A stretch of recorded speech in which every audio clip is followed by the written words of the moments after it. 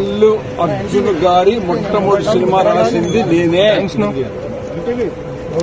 ఆయన తండ్రి అల్లు అరవింద్ గారు కావచ్చు. అల్లు అర్జున్ గారు అంటే నాకు ప్రాణం. నిన్న 12 గంటల దగ్గర నుంచి ఇంతవరకు అన్నం కూడా తినలేదు.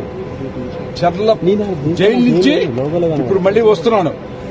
మళ్లీ చెప్తున్నాను, అల్లు అర్జున్ గారంటే నాకు ప్రాణం, పంచ ప్రాణాలు.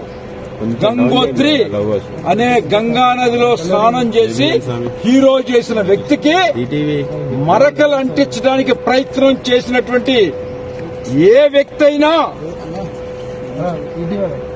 ఏ నాయకుడైనా, ఏ ప్రభుత్వం అయినా సర్వనాశనం అయిపోద్ది. గుర్తుపెట్టుకోండి, అతను అల్లు అర్జున్ అనే ఒక అద్భుతమైనటువంటి ఈ దేశానికి, ఈ ప్రపంచానికి ఒక కొత్త నిర్వచనం చెప్పినటువంటి నా హీరో.